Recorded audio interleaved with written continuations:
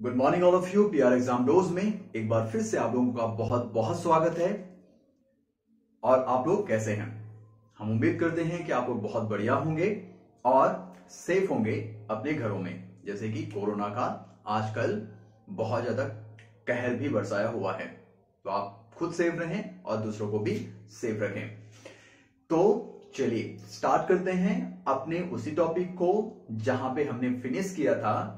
तो हम last video में ये समझ चुके हैं कि सिंधु घाटी सभ्यता में क्या क्या चीजें चल रही थी, यानी कि हड़प्पा जो स्थल के बारे में हम लोग डिस्कस कर रहे थे, उस हड़प्पा स्थल में किस प्रकार से नगर नियोजन था, किस प्रकार से दो टीलों में इसको विभाजित किया गया था। एफ टीला हम लोगों ने पढ़ा, ए बी टीला हम लोगों ने पढ़ा, साथ साथ में हमने पूर्वी टीले के बारे में भी डिस्कस किया। अब काम क्या करते हैं, कुछ अन्य चीजों के बारे में थोड़ा डिस्कस कर लेते हैं। अब देखें, क्वेश्चन आपसे पूछ लिया जाए कि ये बताइएगा कि हड़प्पा जो सभ्यता है या फिर जो हड़प्पा स्थल है, या फिर ऐसा समझ सकते हैं कि जो हड़प्पा सभ्यता है उसका सबसे बड़ा नगर हमारे पास में कौन सा है, यानी कि क्षेत्रफल के हिसाब से सबसे बड़ा नगर। तो क्षेत्रफल के हिसाब से देखें तो हड़प्पा सभ्यता का सबसे बड़ा नगर जो होता है वो है मोहनजोदाड़ो। परंतु अभी तक हम मोहनजोदाड़ो नहीं पढ़ रहे हैं, हम बात कर रहे हैं हड़प्पा स्थल के बारे में। तो हड़प्पा का जो नंबर आता है वो दूसरे नंबर पर आता है। तो क्वेश्चन को क्लियर ध्यान रखें कि हड़प्पा स्थल सिंधु घाटी सभ्यता का दूसरा सबसे बड़ा स्थल हमारे पास में होगा बाय द वे। ठीक है, तो चलिए इसी के साथ में इसकी विशेषताओं को स्टार्ट करते हैं।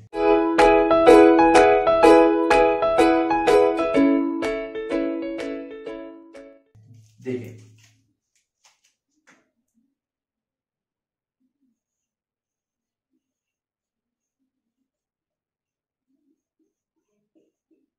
विशेषताएं और हमारा मेन जो इस समय पर स्थल चल रहा है उसका नाम है हड़प्पा। तो हम हड़प्पा की विशेषताओं के बारे में पढ़ने वाले हैं। देखें, तो सबसे पहली विशेषता अगर हम लोग देखें हड़प्पा की, तो वो ये थी कि क्षेत्रफल, ध्यान रखें, क्षेत्रफल की दृष्टि से सैंधव सभ्यता या फिर सिंधु सभ्यता या फिर सरस्वती सभ्यता या फिर सिंधु घाटी सभ्यता, क्षेत्रफल की दृष्टि से सैंधव सभ्यता का दूसरा सबसे बड़ा स्थल, दूसरा सबसे बड़ा स्थल। तो एक विशेषता तो ये हो गई, और हमने पहले भी बात कर चुके हैं, पहला बड़ा स्थल होगा क्षेत्रफल की दृष्टि से, यानी कि अकॉर्डिंग टू एरिया वाइज सबसे बड़ा स्थल मोहनजोदाड़ो, दूसरे नंबर पर होगा हड़प्पा। और ध्यान रखें ये जो हड़प्पा जो स्थल है वो कितने हेक्टेयर पर है, तो ये होगा 150 हेक्टेयर पर, 150 हेक्टेयर। तो आप लोगों को भली भांति पता होगा जो हेक्टेयर है वो भूमि मापने की इकाई है। जैसे कि हमारे पास बहुत सारी इकाइयां होती हैं, नाली होती है, आपने बिस्वा सुना होगा, इसी प्रकार से एकड़ होता है और इसी प्रकार से आपका हेक्टेयर है। ठीक है, तो चलिए आगे बढ़ते हैं। तो पहली विशेषता में हमने देख लिया क्षेत्रफल की दृष्टि से सैंधव सभ्यता का दूसरा सबसे बड़ा स्थल है आपके पास में कौन सा, ये बाय द वे, यानी कि हड़प्पा। दूसरी बात करेंगे, देखें दूसरा मैटर यह है कि हड़प्पा स्थल से हम लोगों को क्या मिली है, कुछ मुहरें प्राप्त हुई हैं बाय द वे। क्या प्राप्त हुई है, मुहर प्राप्त हुई है। इन मुहरों पर ध्यान रखें, इन मुहरों पर एक श्रृंगी जानवर की आकृति बनी हुई है। एक श्रृंगी जानवर की आकृति बनी हुई है, परंतु अभी तक इसे एक श्रृंग मतलब होता है हॉर्न बाय द वे, यानी कि एक सिंग वाले जानवर की आकृति बनी हुई है, परंतु हमें यह नहीं पता चल पाया कि आखिरकार इस एक सिंगी जानवर को कहा क्या जाता है। एक और बात को ध्यान रखें, अगर आप लोगों ने यूनिकॉर्न सुना होगा, यूनिकॉर्न यानी कि एक सिंग वाला, तो उस घोड़े के बारे में सुना जो कि कहानियों में मिलता है बाय द वे, जिसके माथे से क्या निकलता है, एक सींग निकलता है बाय द वे, ठीक है। तो आपने शायद वो सुना होगा। इसी प्रकार से आप उस चित्र में भी देख सकते हैं कि इन मोहरों पर एक श्रृंगी जानवर की तस्वीर बनी हुई या फिर आकृति बनी हुई। नेक्स्ट हम लोग बात करेंगे, यहां से एक और क्वेश्चन पूछ लिया जाता है, ध्यान रखिए। देखिए नेक्स्ट पॉइंट करते हैं कि हड़प्पा स्थल से सबसे ज्यादा, यहां से सर्वाधिक यानी कि सबसे ज्यादा सर्वाधिक अभिलेखीय मोहरें प्राप्त हुई हैं। अभिलेखीय मोहरें, अभिलेखीय मोहरे का मतलब होता है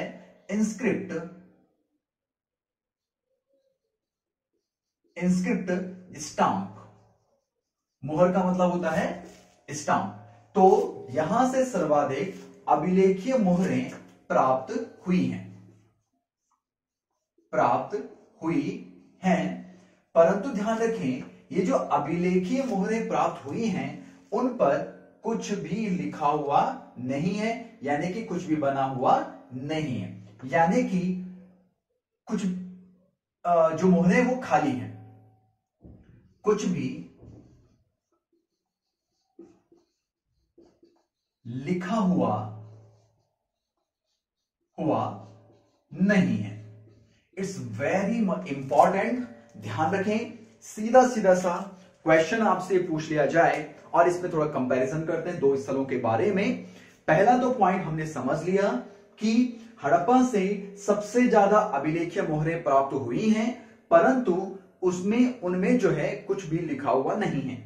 अब दूसरा क्वेश्चन देखिए कि ये बताएगा सबसे ज्यादा लिखित मोहरें कहां से प्राप्त हुई हैं, यानी कि कुछ बना हुआ है, कुछ लिखा हुआ है, तो वो सबसे ज्यादा प्राप्त हुई है मोहनजोदाड़ो से, और सबसे ज्यादा अलिखित, आप उसे अलिखित कह सकते हैं या फिर लिखी हुई नहीं कह सकते हैं, ठीक है। तो अलिखित मोहरें कहां से प्राप्त हुई हैं, तो वो हड़प्पा से प्राप्त हुई हैं। ये बहुत ज्यादा इंपॉर्टेंट क्वेश्चन है, तो इस बारे में आप लोग जरूर ध्यान रखें। एक और बात कर लेते हैं कि देखो कहा जाता है कि यहां से एक और पॉइंट ये है, इस स्थल से एक गाड़ी प्राप्त हुई है बाय द वे। क्या प्राप्त हुई है?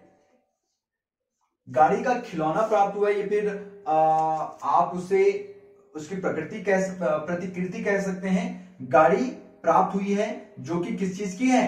तांबे की है, तांबे की बनी हुई खिलौना है टाइप का। और ध्यान रखें, ये गाड़ी जो है इसको कहा जाता है इक्का गाड़ी। क्या गाड़ी? इक्का गाड़ी। ये आप जैसे पिक्चर में देख भी सकते हैं, ये एक ऐसी गाड़ी होती है जिसको कि हाथों से क्या खींचा जाता है। आगे चल के इन्हीं हाथों से जो खींचने वाली गाड़ी थी, इसको क्या किया गया है, उसके इंसान की जगह पर वहां पे घोड़ों को लगा दिया गया, और तब जाके हमारे पास में घोड़ा गाड़ी आती है। आगे रेवोल्यूशन होता है तब जाके, या फिर डेवलपमेंट होता है तब जाके बैलगाड़ी आती है। तो उसी तौर पर, और एक बात को ध्यान रखें, ये जो गाड़ी है इस पर जो बैठते हैं उसमें केवल एक ही आदमी बैठ सकता है। ये बात को क्लियर ध्यान रखें, इसमें ज्यादा लोग नहीं बैठ सकते। क्लियर हो गया? तो यहां से तांबे की इक्का गाड़ी भी हम लोगों को प्राप्त हुई है। नेक्स्ट बात करते हैं, एक और बात यहां पर यह है कि इस स्थल से हम लोगों को स्वास्तिक का चिन्ह प्राप्त हुआ है। किस चीज का? स्वास्तिक का चिन्ह प्राप्त हुआ है। स्वास्तिक चिन्ह प्राप्त। अब जो ये स्वास्तिक चिन्ह हमको प्राप्त हुआ है, तो इससे हम ये कयास लगाते हैं कि यहां के लोग जो हैं वो सूर्य की उपासना करते होंगे। एक और बात ध्यान रखें, हमको रियलिटी में नहीं पता कि लोग सूर्य की उपासना करते भी हैं या फिर नहीं करते हैं, यानी कि वर्शिप ऑफ द सन करते भी हैं कि नहीं करते। परंतु जब स्वास्तिक निशान यहां से प्राप्त हुआ है तो हमने बस सोचा ऐसा कि हो सकता है कि यहां के लोग सूर्य की उपासना करते होंगे। यहां से हम लोग कह सकते हैं सूर्य की उपासना के साक्ष्य, सूर्य उपासना के प्रमाण। तो सूर्य उपासना के प्रमाण हम लोगों को यहीं से प्राप्त होते हैं। क्लियर।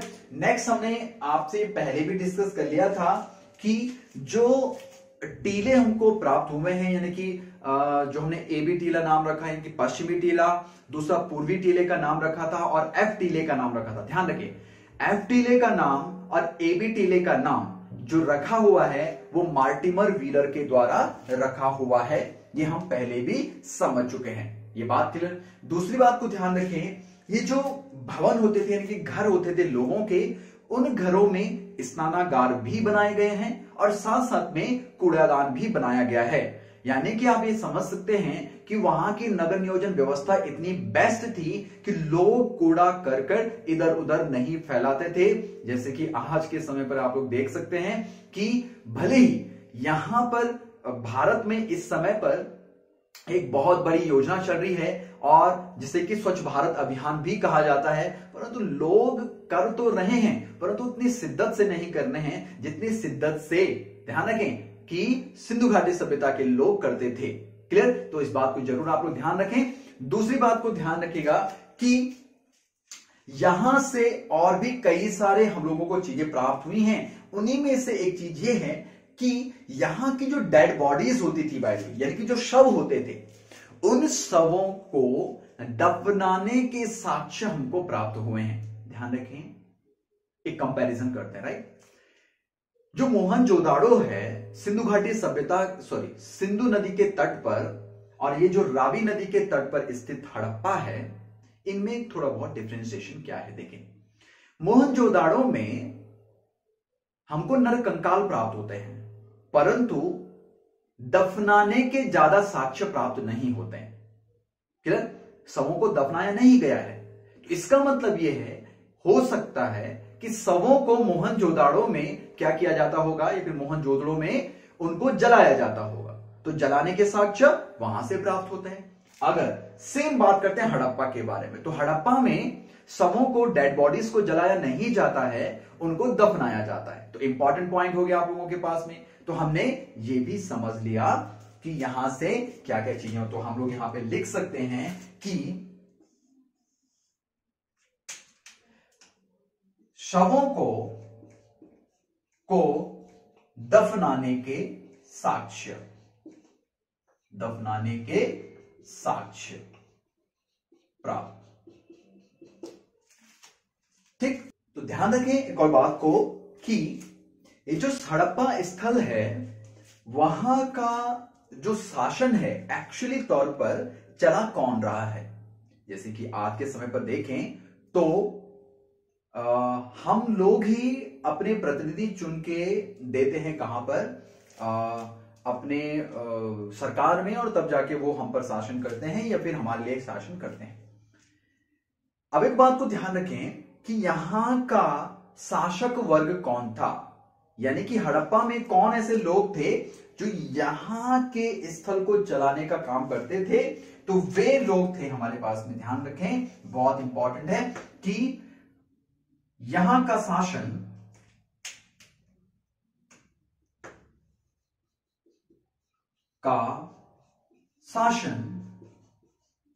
किसके हाथों में था? वणिक वर्गों के हाथों में। वणिक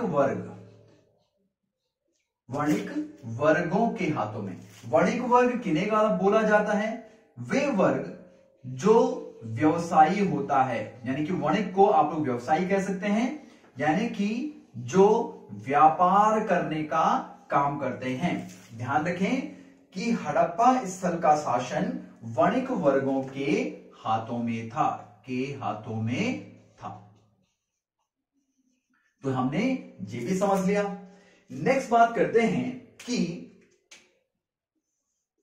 क्लियर, यहां के जो भवन थे यानी कि जो बिल्डिंग बनाई गई थी, और आप लोगों को पता है कि घर कम से कम एक घर में जो कमरों की जो संख्या होती थी कम से कम 3 से 4 कमरे होते थे, 2 से 3 मंजिला इमारतें होती थी। ये हमने शायद पहले भी डिस्कस कर चुके हैं। एक और बात को ध्यान रखें कि ये जो भवन है और जो सड़कें हैं वहां जल निकासी के लिए एक उत्तम प्रणाली यूज की गई है।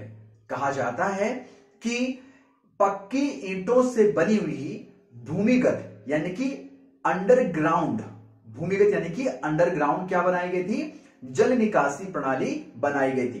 यानी कि गंदे पानी को निकालने के लिए एक पक्की, एक स्टेबलाइज, वेल स्टेबलाइज्ड क्या बनाई गई है, नालियां बनाई गई हैं उनको बाहर, शहर से बाहर निकालने के लिए। ठीक है, तो यहां तो था हमारे पास में हड़प्पा सभ्यता।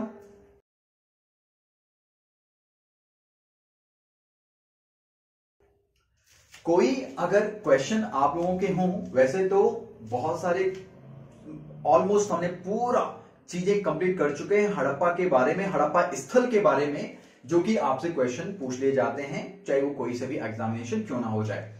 फिर भी इनकेस अगर आपको कोई बात समझ में नहीं आती है, इनकेस आपकी कोई क्वेरी हो, कोई क्वेश्चन हो, तो प्लीज कमेंट बॉक्स में जाके हमसे क्वेश्चन जरूर पूछें। क्लियर, ठीक है, तो ताकि हमको भी पता लग सके कि आपको कौन सी बात समझ में नहीं आ रही है। ठीक है, ओके, तो अभी तक हमने एक मैटर फिनिश कर चुके हैं। नेक्स्ट वीडियो में अब हम लोग बात करेंगे मोहनजोदाड़ो के बारे में और मोहनजोदड़ो को कंप्लीट करेंगे और कंपैरिजन करेंगे स्थल यानी कि हड़प्पा के बारे में और मोहनजोदड़ो के बारे में। ठीक है, और नेक्स्ट बात देखिए, जैसे कि हम लोग हमेशा बोलते हैं, आप लोगों से एक रिक्वेस्ट करते हैं कि अगर आप लोगों को वीडियो पसंद आती है, वीडियो बहुत अच्छी लगती है, कंटेंट बहुत अच्छा लगता है, तो प्लीज चैनल को सब्सक्राइब जरूर करें। चैनल के जो सब्सक्राइब करने के बाद जो बेल आइकन होता है, जो घंटी बनी होती है राइट हैंड साइड पर, ठीक है, तो उसको प्लीज आप लोग जरूर प्रेस करें ताकि जो नई नई वीडियोस हम लोग बनाते हैं उसकी नोटिफिकेशन आपको सूचना मिलती रहे और आप लोग अपडेट बने रहें। नेक्स्ट दूसरी बात यह है कि आप लोग प्लीज लाइक जरूर करें ताकि इससे हमारी हौसला हमारा बना रहे, और वीडियोस को शेयर आप लोग जरूर करें ताकि ऐसा ना हो ज्ञान केवल एक ही जगह पर स्थित हो जाए। हमको क्या करना है, ज्ञान को स्प्रेड करना है, इसको फैलाना है ज्यादा से ज्यादा लोगों तक। बहुत बहुत धन्यवाद, आपका बहुत कीमती समय हमें देने के लिए धन्यवाद।